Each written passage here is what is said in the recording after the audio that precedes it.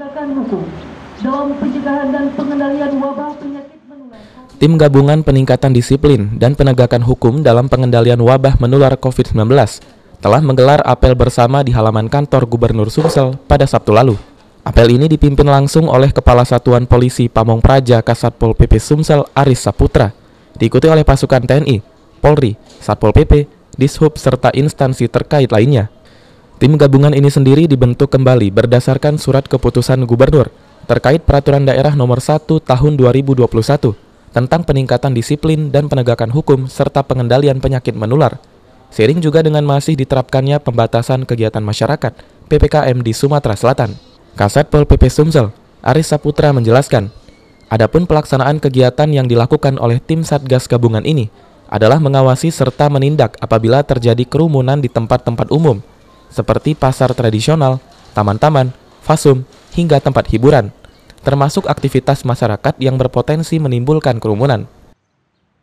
Sumatera Selatan dalam rangka menegakkan Perda 1 tahun 2001 tentang peningkatan disiplin dan pengendalian penyakit menular, termasuk juga penegakan dalam pencegahan untuk COVID-19.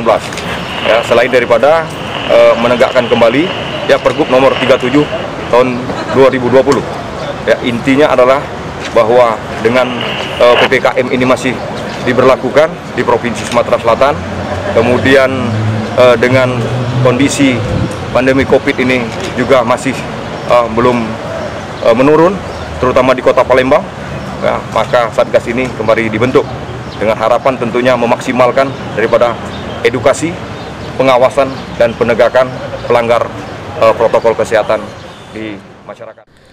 Meski demikian, Satpol PP Sumsel tetap memperbolehkan masyarakat untuk melakukan berbagai aktivitas yang kemungkinan berpotensi terjadi kerumunan, seperti perhelatan wisuda hingga acara sedekahan.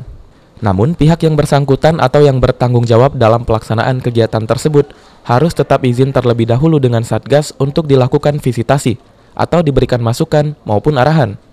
Hal itu harus dilakukan agar selama pelaksanaan kegiatan tidak menimbulkan klaster baru. Entahkah itu kegiatan perhelatan pertandingan dunia, kemudian juga kegiatan-kegiatan sedekahan, kemudian wisuda, ketika itu akan menimbulkan keramaian dan kerumunan, maka mereka harus meminta izin dengan Satgas ya yang sudah dibentuk oleh Gubernur Sumatera Selatan untuk divisitasi, artinya untuk diberikan masukan-masukan, dan kami dari Satgas Penegakan Hukum akan mengawasi pelaksanaan daripada visitasi itu. Dalam intinya itu tidak melarang ya Pak, hanya dibatasi dan difasilitasi ya Pak? Ya, itu ya, Pak? Jadi kita sesuai dengan instruksi Gubernur tidak melarang. Silakan masyarakat beraktivitas sesuai dengan Pergub 37 tahun 2020. Tapi mereka harus patuhi protokol kesehatan. Okta Alfarisi, PAL TV.